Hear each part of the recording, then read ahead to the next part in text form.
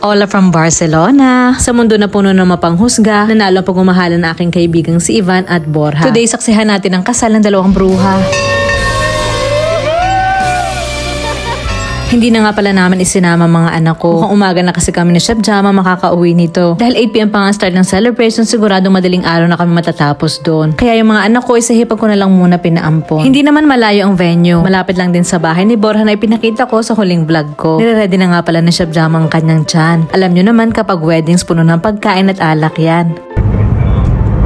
Ikinasal na nga pala itong kaibigan natin si Borja kahapon. Pinili niya maging intimate ang kanilang wedding ceremony. Sila at ang kanilang witness lang ang mga andon. Dito sa Spain, since 2005, ay legal lang same-sex marriage. Hindi nga lang pwede sa simbahan. Pero sa batas ng Spain, ay pwede sa civil wedding yan. Itong napiling lugar ni Borja para i-celebrate ang kasal nila, ang La Masía, Tordera. Ang Masía isang traditional farmhouse. Dati itong tirahan ng mga domestic animals. Ngayon, itinatransform nila ito into a lovely venue for weddings, concerts, and events. Inikot namin ni Chef Jama ang lugar na ito. Gawa ang mga buildings sa matitibay na bato. Puno din na iba't ibang lumang machines, hindi lang labas pero pati sa loob ng venue. Tulad itong isa, dati daw itong kailangan sa paggawa ng wine. Pinapasok na kami sa loob. As sa pinto pa lang ay parang gusto na agad kaming lasingin. Makulay na kabang ino-offer ni Kuya sa amin. 30 nga lang pala kami mga guests nila. Close friends lang at family, parang walang plastikang mangyari. Char. 5 malalaking lamesa lang andito sa loob. Wala kaming kilala ni Chef Jama. Pero dahil pala kaibigan tayo ay walang problema. Pero mukhang dito na matatapos ang friendship namin ni Borja. Sa tagal na kasi namin magkaibigan, hanggang ngayon hindi pa rin niya alam ang spelling ng aking pangalan. Jelo kasi ang palagi niyang tawag sa akin. Jaylin naman kapag may kailangan. Jalin nga pala ang aking pangalan.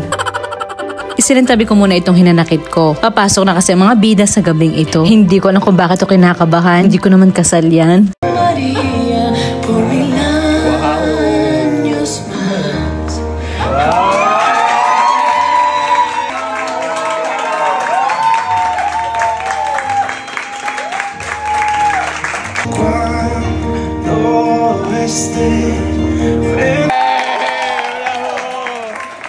Agoy, nag-emotional ako dun Hindi ko na naiwasang hindi maiyak. Sa bakas sa tagpuan ng kaibigan ko, ang totoong magmamahal sa kanya. Ang gwapo-gwapo pa. Una nilang binati ang kanilang pamilya. Sa kasamaang palad ay naulilan ng maaga si Borja. Tita na lang ang pamilyang natitira sa kanya. Kaya masaya ako na ngayon ay bago siyang pamilya at mukhang ang babait pa. Sila ang magiging biyanan niya. Lumapit ang lahat para batiin sila. Sumunod na rin kami ni Chef Jama. Nagulat siya sa suot ko. Mukhang naiwan ko doon ang bra sa bahay ko.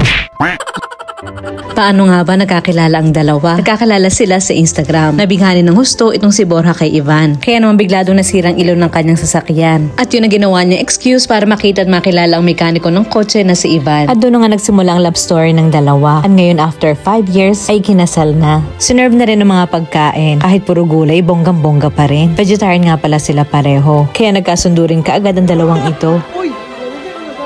Ago eksena naman yung pumutok na bombilya. Naging mas romantic tuloy yung dinner namin. Imagine mo kumain sa dilim. Ginawa na lang namin biro para di masira ang gabi nila. Patay sindikas ang ilaw. Pero 8 beses lang naman. In the end, nasolusyon na naman.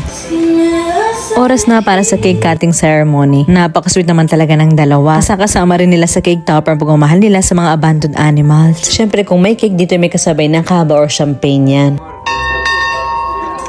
Bago namin iabot sa kanilang mga regalo, nagbanding-banding muna kami dito sa labas. Magpicture-picturean muna bago daw sila malasing. Sa mundo na puno ng iba't ibang paniniwala, para sa iba ay mali pa rin daw itong kanilang ginagawa. Hindi naman kasi ganun kadaling alisin ng pag-ibig. Kapag tumama pa naman yan, walang gender na pinipili. Masaya ko para sa kanila. Kitang-kita din ang support at pagmamahal ng kanilang pamilya. Wala naman silang intensyon na sirain ang paniniwala mo. Same respect lang at pagmamahalan nilang gusto nilang ipaglaban dito. In the end, buhay naman nila yan. So let them love, let them marry. This love is real, this love is valid, and I think that it is worth celebrating kahit anong gender pa yan. Pasta. Es pasta. Es pasta. Os regalen pasta. Pasta rellena de pasta. Ahora.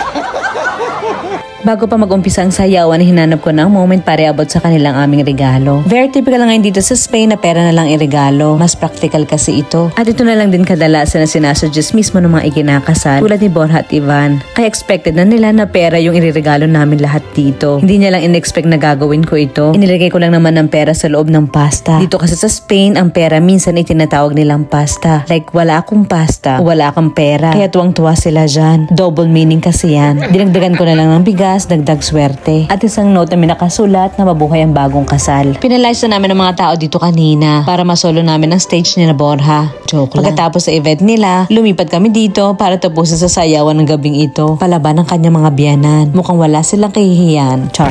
Ang sweet nga ng kanyang pamilya. Ayan, may pa-t-shirt pa. Yung mga nagtatanong nga pala kung saan ko na nabili itong aking dress. Sa Zara lang po yan. Nung nakita ko na kasi, kinuha ko na. So dito na natatapos ang kwentong ito. Nagsayawan, nagkwentuhan lang kami buong gabi. Ang nagkatarangkaso ako kinabukasan. Nahirapan nga akong tapusin ang vlog na ito. Ang kati-kati kasi nalalamunan ko. So siya, nagustuhan mo ba ang kwento? Hanggang sa susunod. Adios!